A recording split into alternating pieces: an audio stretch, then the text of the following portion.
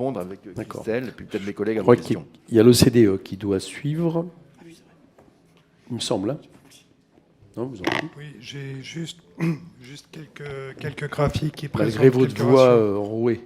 Je suis désolé.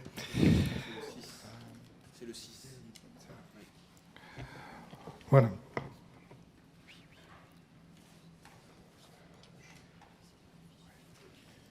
En essayant d'être assez concis, si vous voulez bien. Parce que Ça va être très rapide. il y a plein de questions. Il y a très peu de slides. En fait, c'est quelques indicateurs pour donner du contexte et pas vraiment une présentation. C'est des indicateurs qui ont déjà été présentés précédemment et on les remet juste dans un contexte OCDE, mais ça confirme ce qui a été dit sur le fait qu'il y a plutôt moins d'inégalités de revenus en France que dans la moyenne des autres pays. Donc ici, c'est par rapport à l'OCDE et c'est un indicateur qui a déjà été présenté sur le rapport entre le revenu 80e décile sur 20e décile, 8e décile sur 2e décile. La même chose, ici on présente les taux de pauvreté où on est aussi inférieur à la moyenne de l'OCDE et on a aussi une présentation par catégorie d'âge. Un tableau qui présente les parts de revenus, donc je vous laisse regarder, hein, mais ça confirme toujours le diagnostic, il y a plutôt moins de pauvreté, moins d'inégalités et plus de redistribution en France qu'ailleurs. Donc ici, c'est un graphique qui va nous présenter les différences dans les inégalités de revenus avant transfert et après transfert.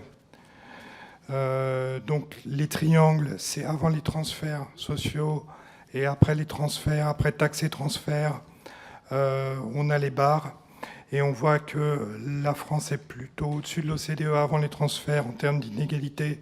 L'indicateur d'inégalité, c'est l'indicateur de Gini et on est plutôt légèrement en dessous après redistribution. Et là, c'est les mêmes indicateurs, le même graphique, mais avec un classement en fonction de la correction des inégalités de revenus. Et on voit que la France est vraiment à droite, ce qui signifie qu'il y a plutôt plus de redistribution que dans les autres pays en moyenne. C'est un des pays où il y a le plus de redistribution. Ça correspond à ce qui a déjà été présenté avant. Et je vais finir juste sur un graphique qui aussi, là aussi on en a parlé dans la présentation précédente, sur la perception qui peut être différente de ce qu'on voit sur l'autre graphique. Ici, c'est une enquête qui est menée par l'OCDE qui s'appelle l'enquête Risks That Matter, les risques qui comptent 2022, et qui montre un peu la perception. Donc là, c'est la réponse d'accord ou pas d'accord à cette affirmation. J'estime que je reçois une part équitable des prestations publiques compte tenu des impôts et des cotisations sociales que je paie ou que j'ai payées dans le passé par pays. Et la France, on est plutôt dans les pays qui vont dire non, je reçois pas une part équitable, ce qui ne paraît pas forcément cohérent avec ce qu'on a dit précédemment sur la redistribution.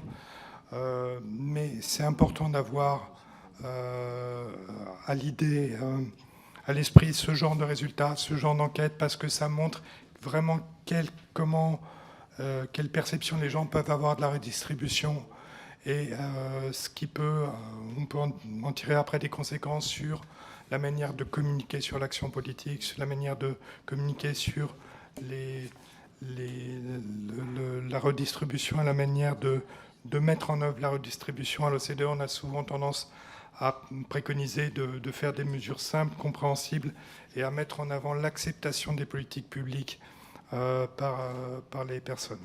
Voilà, je vous invite vraiment à regarder cette enquête, parce que là, je ne présente qu'un seul graphique, mais il y a d'autres graphiques très intéressants sur la perception dans les différents pays des politiques sociales et aussi du choc inflationniste qu'on vient de subir et la manière dont les gens l'ont vécu.